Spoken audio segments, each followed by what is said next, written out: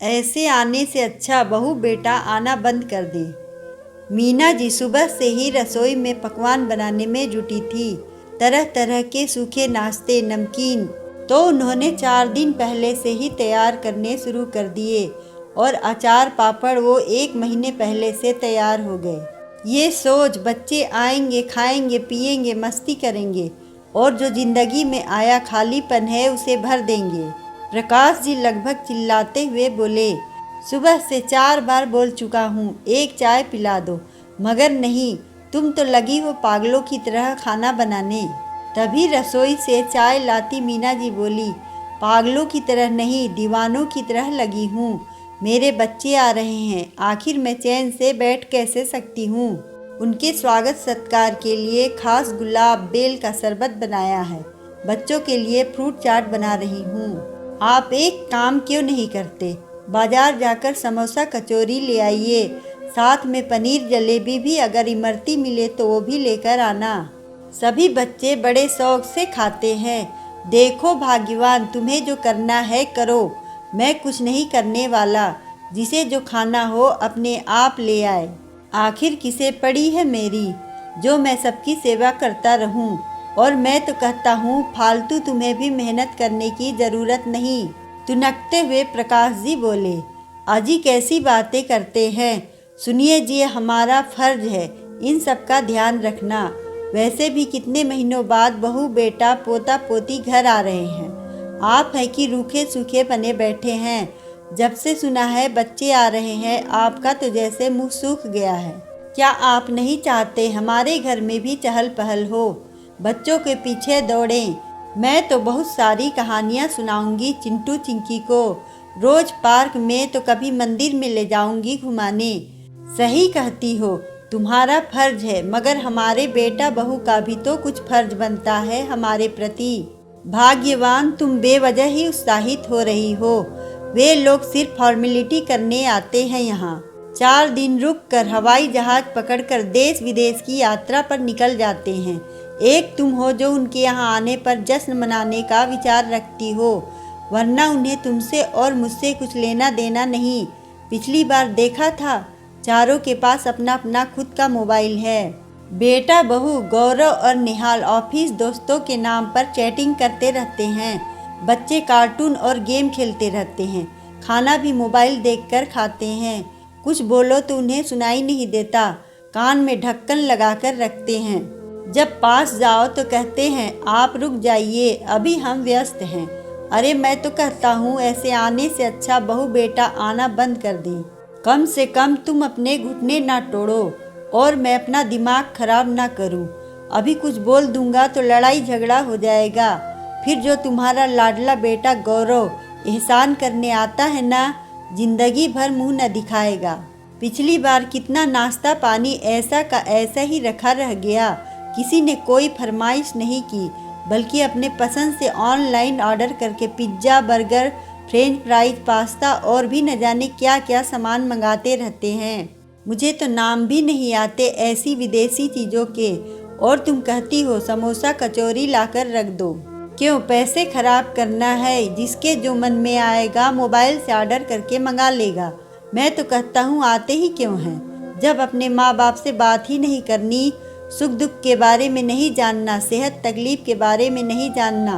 बड़े उदास स्वर में प्रकाश जी बोले। तब मीना जी बोली, बात तो आपकी सही है, बहू ने भी मेरे बारे में कुछ नहीं पूछा।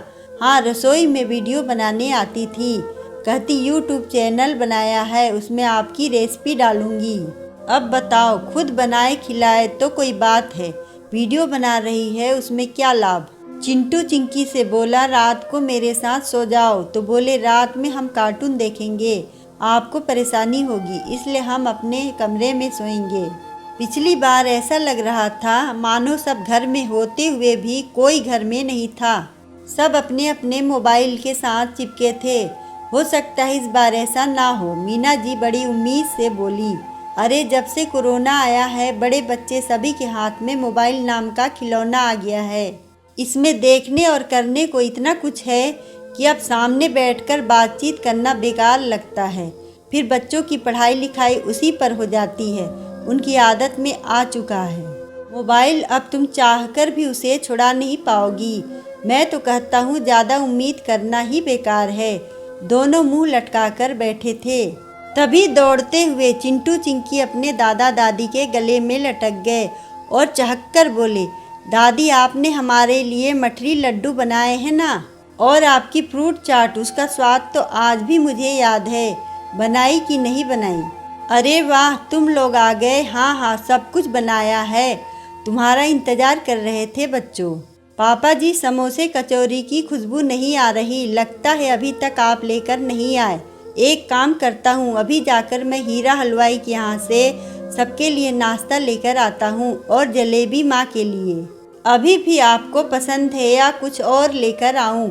मुस्कुराता हुआ गौरव बोला तो मीना जी प्रकाश जी की तरफ देखते हुए बोली, मेरी पसंद नहीं बदली, बल्कि तेरे पिता बदल गए हैं। बहकी बहकी बातें कर रहे थे, देख लो सब गलत निकली।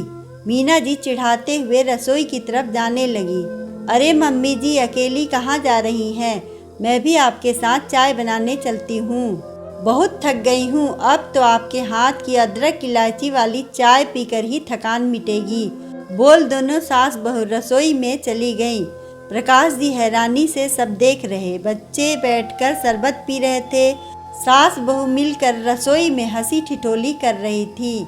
अपने पिता को आश्चर्य में देख गौरव बोला, पापा हम सबको माफ़ करिए, हमें नहीं पता था कि हमारी वजह से आप दोनों को इतनी परेशानी हो रही थी। मगर क्या करें, मजबूरी है। मोबाइल हमारे जीवन का अभिन्न अंग बन गया है। न चाहते हुए भी दिन में 10 बार चेक करना पड़ता है। आजकल वर्क फ्रॉम होम के नाम पर मोबाइल पर ही सारा काम चलता है। बच्चों का होमवर्क, पढ़ाई लिखाई भी उसी पर होती है। न चाहते हुए भी वह ज़रूरत बन गया है। हम तो अभी भी मोबाइल से ही चिपके रहते। वो तो दरवाजे पर आपकी सारी बातें सुनी तो हम सबको एहसास हुआ क्या हम गलत कर रहे हैं। अब इस गलती को सुधारना चाहते हैं। जब तक आपके साथ रहेंगे, अति आवश्यक होगा तभी फ़ोन को हाथ लगाएंगे। अपना सारा समय आपके सानिध्य में गुजारेंगे।